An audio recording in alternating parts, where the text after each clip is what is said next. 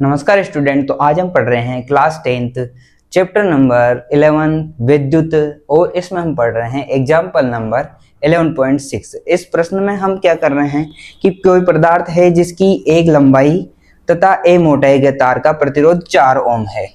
एक पदार्थ है, एक तार है, उसकी क्या है मोटाई, उसकी मोटाई है ए, और उसकी जो लंबाई है एल, वो क्या है एक है। मोटाई की जो तार है उसका प्रतिरोध भी दे रखा है उसने। उसका प्रतिरोध कितना है? उसका प्रतिरोध है 4 ओम। इसी पदार्थ के किसी अन्य तार का प्रतिरोध, ये तो पहला तार है ना, ये तो क्या है प्रथम तार। अब इसी तार के जो इसी पदार्थ का, यही पदार्थ है, मतलब जिस पदार्थ का ये तार है उसी पदार्थ का अगला तार है, उसकी क्या है, उस तार का प्रतिरोध क्या होगा जिसकी लंबाई, इसकी लंबाई दूसरे तार की लंबाई यानी कि L क्या है 1/2 है ना, और मोटाई क्या है, इसकी मोटाई है 2a।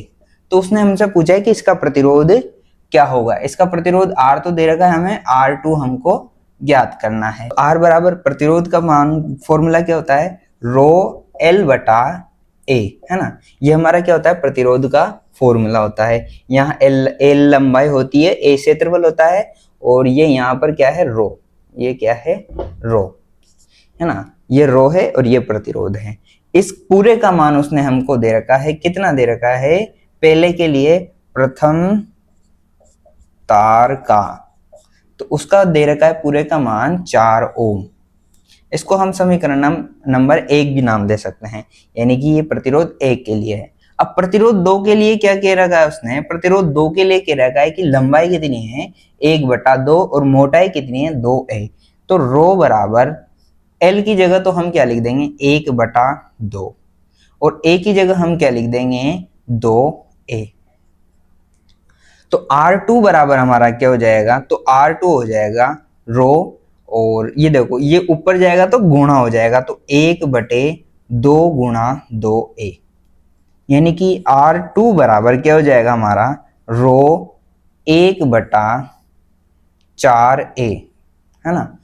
अब देखो यहाँ पर जो पहला वाला था उसकी जो लंबाई थी, उसकी लंबाई कितनी थी, उसकी लंबाई थी हमारी, यहाँ पर एक चीज और ऐड कर देते हैं, रो बराबर L था 1 और उसकी मोटाई थी a, तो इस पूरे का मान आया था 4 ओम है ना। यह थी हमारी पहली समीकरण।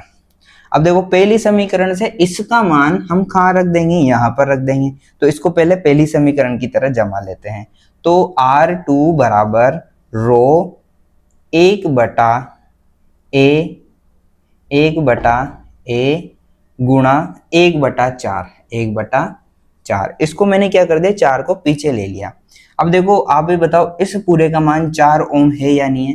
तो R2 बराबर क्या आ जाएगा 4 गुणा 1/4। तो R2 बराबर 4 से 4 कट जाएगा, यानी कि 1 ओम। यानी कि उसी पदार्थ के तार का, जो पदार्थ पहला वाला था उसी पदार्थ का हमने दूसरा तार लिया जिसकी मोटाई हमने क्या ली थी 2a ली थी, और उसकी लंबाई 1/2 कर दी थी। तो उसका प्रतिरोध क्या हो जाएगा 1 ओम हो जाएगा। तो कैसा लगा आपको ये सवाल? अगर वीडियो अच्छी लगी है तो लाइक करें, कमेंट करें और शेयर करें अपने दोस्तों में। धन्यवाद।